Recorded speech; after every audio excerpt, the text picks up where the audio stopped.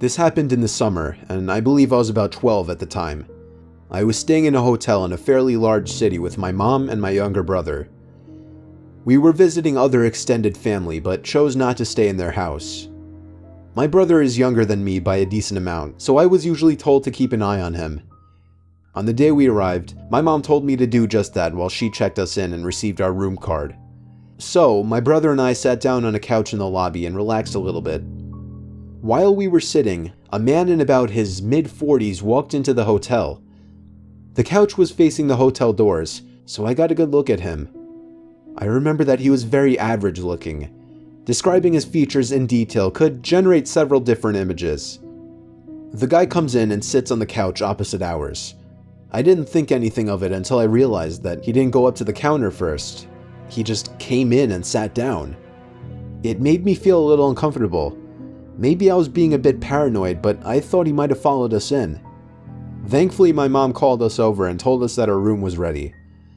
We left the lobby and went to our room. Shortly afterwards, we left the hotel to go meet family. I forgot about the man for the rest of the day. We returned at about 7, and my mom told us that we could go swimming in the hotel pool. We all went to our room, changed, and went to the pool. A few minutes after we got into the water, the same man from before walked in and sat down. He was wearing jeans and a sweater, so he definitely wasn't going swimming. Again, we didn't think much of it until I could see that my mom was visibly worried.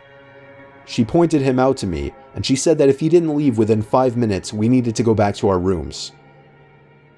5 minutes passed and he was still there, so we got our things and left. By then, it was close to 8 o'clock. We had brought a rented movie to watch, so we planned to watch that and go straight to bed. I noticed that my mom was a little on edge because of the man who had been watching us, and I got a little more worried myself too. Halfway through the movie, my mom got up to get into the shower. While she was in there, someone knocked on the door and said, "Housekeeping." I thought it was weird that the cleaning staff would come this late, but we needed another towel, so I answered the door. I wish I hadn't been so stupid. It was the same creepy man. He gave me a smile and a little wave. I just stood there, kind of motionless.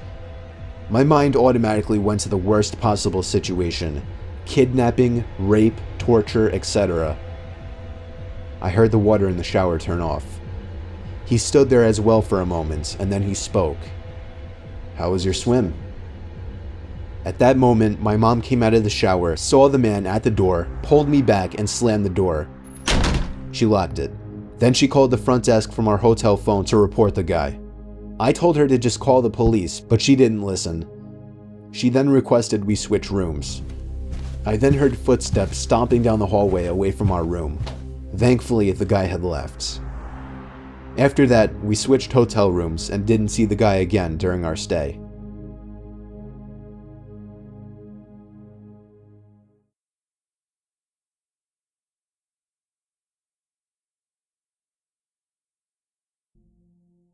Have you ever gotten an uneasy feeling staying in a hotel room, especially by yourself? Likely not, and I also doubt you've ever been in a hotel room by yourself. But when I was a kid, I always got scared sleeping in hotel rooms. I would always keep looking back at the dark corners of the room every 20 seconds, thinking there would be somebody standing there. My fear not only drove me crazy, it drove my parents crazy, as I would always insist that I would sleep between them until I was around 9 or 10 years old. Anyway, eventually I had to grow up, or at least give off the impression, and started sleeping in my own bed or sharing the bed with my sister.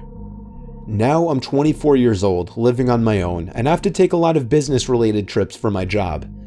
On one particular out-of-town trip, I was staying at a Comfort Inn in North Carolina, with all the expenses paid by my job, of course. I was in the area for a meeting with an office in a different town, and the inn was my home for the night. It was across the street from some big car dealership. That's all I remember about the surroundings. Anyway, I was off the next day, so I could look forward to just relaxing in the hotel and watching a couple movies. I was ironically watching the first Saw movie, and I swear, during the scene where Adam was hearing sounds in his apartment, my childhood paranoia started to come back for a bit, as I thought I heard little crackling type noises coming from inside the closet. Being 24, I told myself that I had to get over this nonsensical childish fear. I simply raised the volume on the movie and tried to ignore it. At the same time, I popped 2 sleeping pills into my mouth so that I'd be wiped out by the time the movie was over. Eventually, I flipped off the TV and rolled over onto my side to finally get some shut-eye. That was when the crackling noises became apparent again.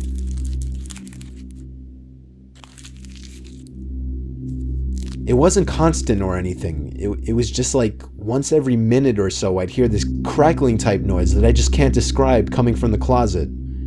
It wasn't happening too frequently to really bother me, and the sleeping pills were knocking me out at that point, so I was out within like 10 minutes. The next thing I remember, I awoke to the sound of cloth being rustled around. I sprang to an upright position, but it was literally too dark to even see within a few feet in front of me. After I flipped on the bedside light, there I saw somebody dressed in all black with a hood over his head, probably 6'5", 250 pounds, rummaging through my bag. I screamed at the top of my lungs, and in response, he fled the room. He had stolen my wallet and my watch, but he had also created a lasting memory that only digs deeper into a very large childhood fear of mine. I have never heard a story about anything like this on the news or anything, so for something like this to happen to a person like me, somebody who had such an odd, specific fear as a child, was simply catastrophic to me.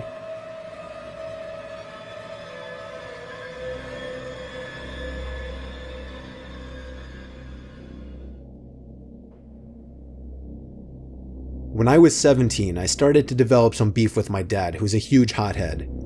Tensions would grow worse through the years, and it got to the point that I would commonly have to leave for the night after getting into huge fights with my dad about personal things that I won't talk about. Sometimes I would stay at a friend's house or check into a hotel. It was May 9th, 2015. I was 21 years old, and after another huge scene back at home with my dad, I had to get out of there for my own good. I checked into a nearby hotel, the Quality Inn and Suites. It was literally half a mile from my house. I'd be throwing away a little less than $100 for it, but I had nowhere else to go.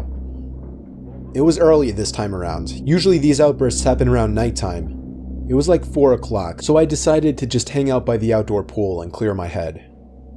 It was funny, I was the only one around in this hotel. The pool was empty, the hallways were empty, even the lobby was empty, except for, of course, the desk worker. Then again, it was only May, and it wasn't like we lived in some huge vacation destination of a town. My room was in the middle of the hall on the 2nd floor. I had no idea why they'd given me that room, since it seemed like I was one of the only few people staying in the hotel. I hung out in my room after the pool for a bit. That's when there was a very light tapping on the door. I waited for someone to yell housekeeping, but they never did.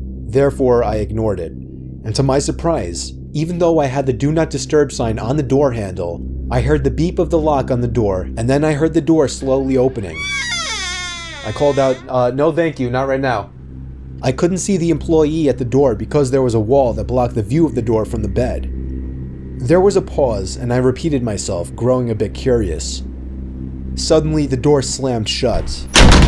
It actually startled me. I got up to actually go follow them and tell them that that was rude. When I stepped into the hall, I looked to my right. Nobody.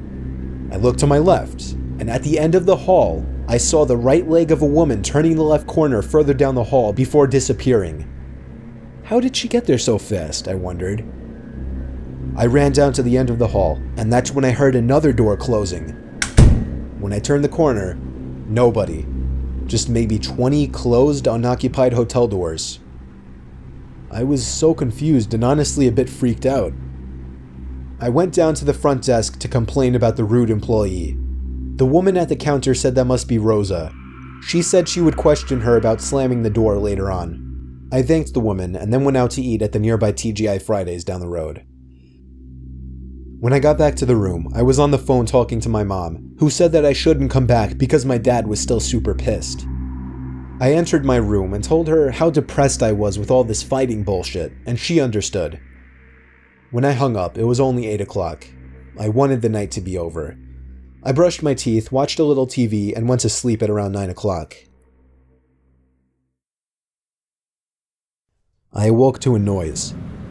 At first, I didn't know what it was. I rubbed my eyes, sat up, and listened.